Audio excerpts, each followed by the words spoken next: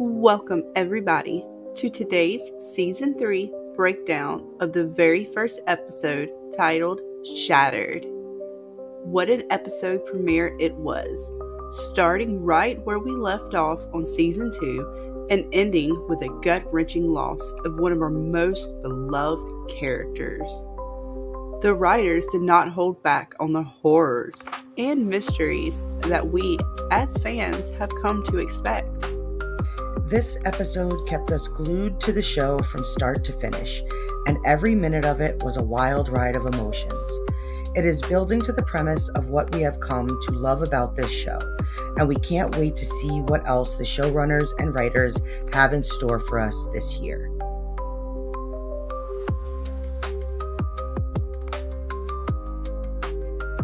We start with Tabitha waking up in the hospital, in a new place after hikers found her 3 days earlier. With the police wanting to question her, and Tabitha wanting desperately to get back to her family, she sneaks out and into the town of Camden, Maine, where everything is unfamiliar to her.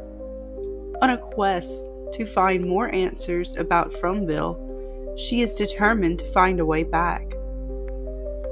Along the way, she appears to see the boy in white blindly following him through the town and into a small shop, hoping to confront him about what he said to her. This is the only way. Only to discover she grabbed a child that made people look at her like she was insane. Disheveled and confused, Tabitha continues to make her way through town, ending up at a small flea market where she asks a pair of teenage girls to borrow their phone. Hesitant at first, one of them finally allows her to make a call, and her first call was to her mother. A heart-wrenching phone call that reminded her of home, unable to disclose where she is, yet still trying to console her mother that everything is okay. Through her tears, her mother reminds her of her faith. After ending her call, visibly upset, she hears the sound of church bells and makes her way towards them. Once inside, she enters the confessional, trying to make sense of the situation she has found herself in, argues with the priest on whom to blame for the situation her family was forced into. The priest, in a roundabout way, gets her to take a look within the lunchbox that Victor gave her before she went through the bottle tree to the lighthouse. In it, she found an apple, 2 eggs, a drawing of Julie wrapped around an unknown item, and what appears to be a talisman. Upon further discovery, she saw Victor's address written within it. If lost, please return to 1597 Burrough Street, Camden, Maine. Having discovered this with a new clue in hand, she quickly ran out of the church in search of answers, bringing her further down the rabbit hole of discoveries. She ends this episode at the home of Henry, who she confirms is Victor's father, who was not very welcoming to her, and being triggered when he saw her with the lunchbox, ending her story this episode with him demanding to know where she got it.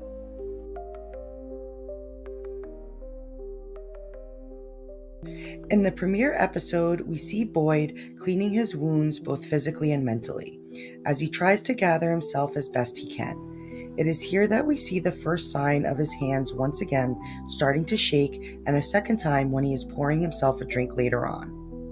This makes us question whether the worms temporarily healed his Parkinson's. Did being bit by the spiders have no effect on him? And why is the healing factor that we have somewhat seen here not working for him like it did others like Ethan and his son Ellis? We see Father Cautry again appear to him, doing his best to bring out the doubt within him as he tries once more to manipulate Boyd's emotions. He starts out by tearing down the fact that he tells him everything is fine, doing his best to make him doubt that very statement. As the conversation continues, Father Cautry tries even harder to make the point of fear, telling Boyd that maybe this town is not panicking enough, and that he might not be panicking enough, doing his best to draw out the internal fears and struggles within him.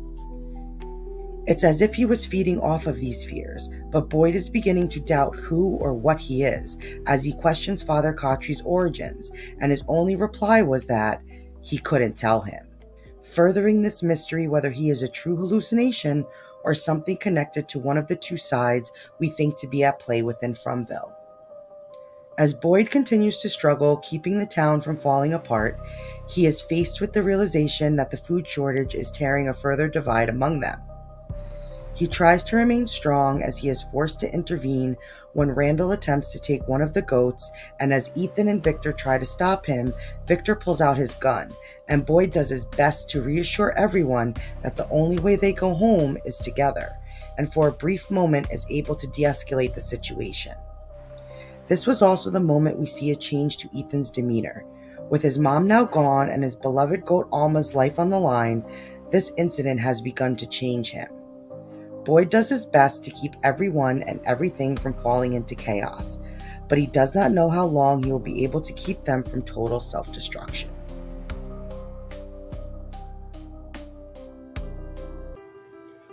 When we first see Fatima in the premiere episode, we see her struggling with her pregnancy as she is visibly getting extremely sick. As Nikki continues to pound on the door, Fatima does her best to gather herself before leaving, only to have Nikki rudely push her way past to use the bathroom, pointing at the fact she is getting double rations, and that Colony House may not be as all-loving as we first were shown to believe. Unable to eat or keep anything down, she reassures Ellis that she is fine, somewhat easing his concerns while the tensions in Colony House are clearly rising. As Ellis seems visibly on edge, Tilly conveniently tries to reassure him that Fatima and the baby will be okay, in the convenient way she likes to randomly appear.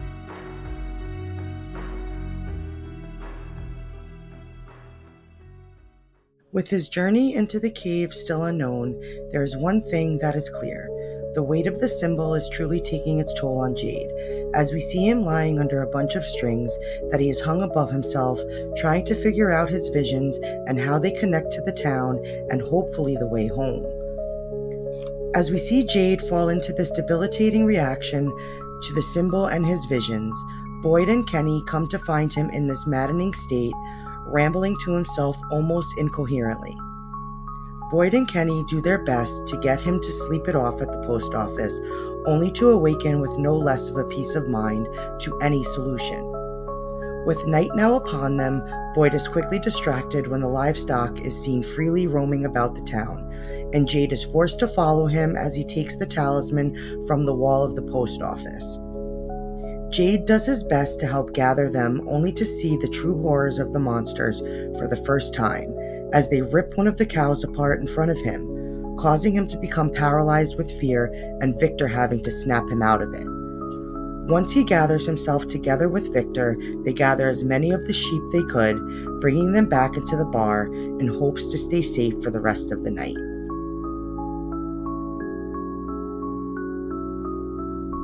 With the aftermath of the cicadas and music box still possibly lingering on, we come to Elgin, who is still unable and fearful to sleep. Feeling as if something is watching him, the line between reality and a dream seems to be becoming blurred as he fights to stay awake. He seems to unknowingly slip into a dream as once again Tilly conveniently is shown to be there trying to ease his worries. As Tilly tries to comfort him, he talks of a woman who plagues his dreams, and that every time he wakes up, he seems to forget, but the lingering feeling of someone watching him stays with him. As they continue to talk, Tilly freezes with fear as the image of a kimono woman appears to be standing somewhat down the hallway, and Tilly makes note of how scary she seems to be, causing Elgin to freeze in fear, looking down the hallway to see her for himself. Once noticed, the kimono woman, in a ghostly glide, makes her way to him, grabbing at his face, with water dripping off of her. We can almost hear her say what seems to be hide, as he is jolted back awake, unable to understand or even remember what the dream means, leaving further questions to who or what this ghostly kimono woman could be.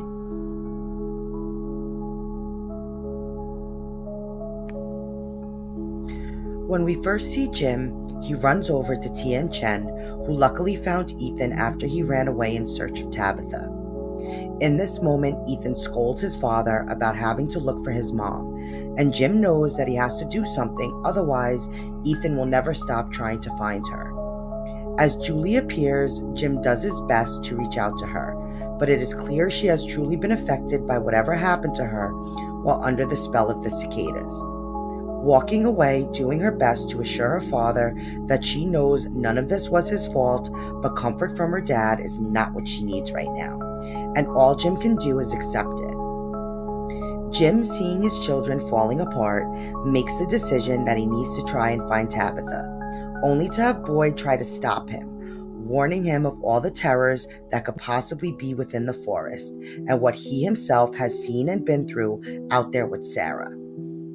Determined to find his wife, he ignores Boyd's warnings and readies himself to leave, when Kenny offers to join him to ease the fear of Boyd and help keep him alive during his search.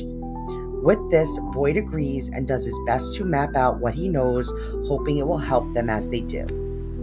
With the decision made, Jim does his best to assure Ethan not to worry and that they will figure out what happened to Tabitha. He forces Ethan to promise that he will not run away again to go looking for her, and to give him the chance to try and find her himself, to which Ethan agrees and hugs his father goodbye. As their journey in the woods begin, they find themselves past the talisman hut, only to discover odd full-body totems within the forest, which seem to lead them to a group of what appear to be small abandoned cabins that clearly look like someone once lived within them. With night quickly approaching, they decide to stay within one of the small cabins, hanging their talismans up and sealing the door, only to hear an ominous sound of someone or something outside. And it was in this moment of fear that Jim realized he had to stay alive for his children, now more so than ever. He is now forced to decide, either abandon his search for Tabitha and go back to his children, or risk his life by going deeper into the forest, and this could result in him leaving them truly alone and with no one if he were to die. We end their story this episode with Kenny unaware of the horrors that await him when they return back to town, and Jim not knowing if he will be able to keep his children safe and ever discover what truly happened to Tabitha.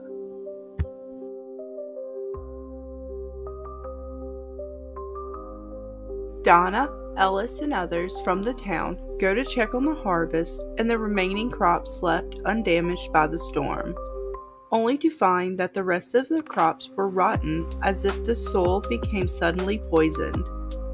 Ellis quickly runs to Boyd to bring him to the fields to show him what happened. Boyd, wanting to keep things calm, asked Donna how many people knew about the rotten food, but it was too late. Back in town, word had gotten out, and people in a mob-like form gathered at Tien Chen's house to claim the last of the remaining food. Overpowered and overwhelmed, Tien Chen had no way to stop them from pushing their way into her home and taking what was left for themselves. After the incident with Randall, Victor, and Ethan, Boyd and Donna are back discussing the situation with Tien Chen. They begin to talk about butchering the animals to give them enough time to possibly plant crops in other locations. When Ethan walks in, overhearing this and having love for Alma, the goat, he runs off, again having to see the reality of From and not just the fantasy quest he started with upon first entering the town, weighs heavy on him. As night falls and the animals are released into the streets, the reality sets in about how little they truly have and how dire their situation has truly come to be.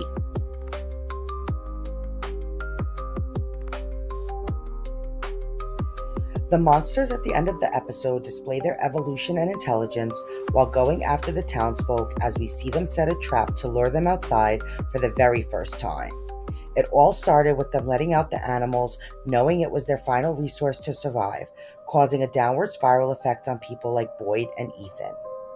Boyd, desperate to save the animals as food, and Ethan, seeing his beloved goat Alma, both dropped all reason and protocol to save them, leaving many of the townspeople at risk or in danger.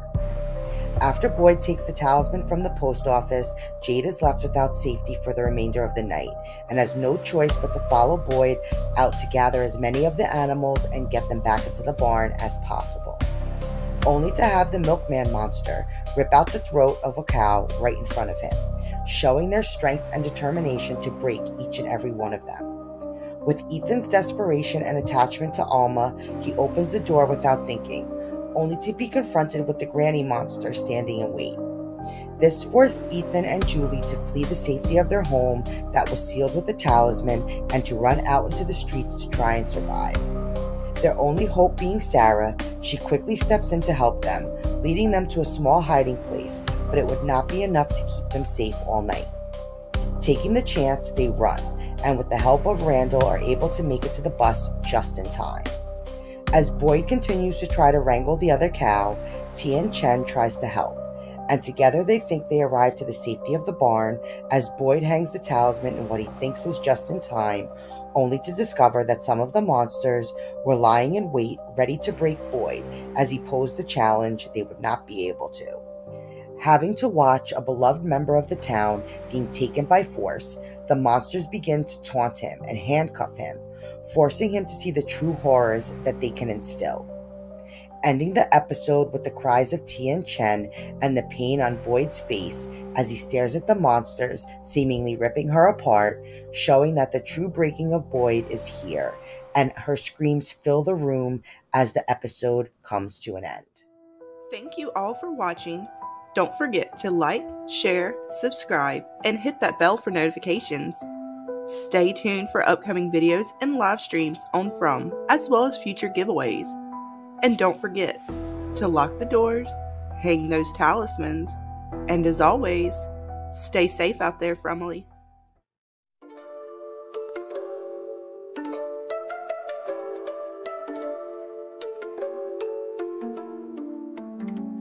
Trapped in Fromville, where nightmares collide. Monsters in the shadows, nowhere to hide. Lighthouse flickers, visions in the dark. Every step forward, another ripped apart. Street filled with whispers, eyes always peek. Nightmares descend, sanity's on the streak.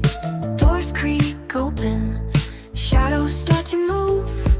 Town's got a rhythm, every step's a groove. Farmville nights, monsters out to feed. Trapped in visions, fear plants the seed. Lighthouse calls, but escapes a myth. Nightmares wrap around on an endless drift. Screams echo through the misty air. Every corner turned, you find despair. Hope is a phantom, trapped in the gloom. Monsters own the night, sealing your doom. Town's got secrets, buried underground. Every lost soul, here they are found. Cursed by the darkness, can't break free. Vision after vision, haunting memories. Fromville nights, monsters out to feed. Trapped in visions, fear plants the seed. Lighthouse calls, but escapes a myth. Nightmares wrap around on an endless drift.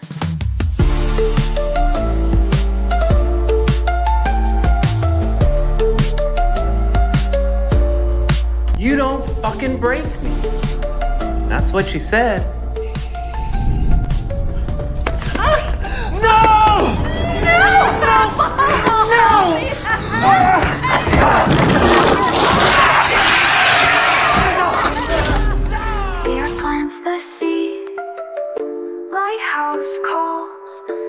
escapes a myth. Nightmares wrap around on an endless drift. What? Okay, say it again. I know. Come on, please don't. Hey, don't. Okay, look at him. Look at him. I'm sorry. You're so strong. Just... No. I know. God. I know. No. Look at me.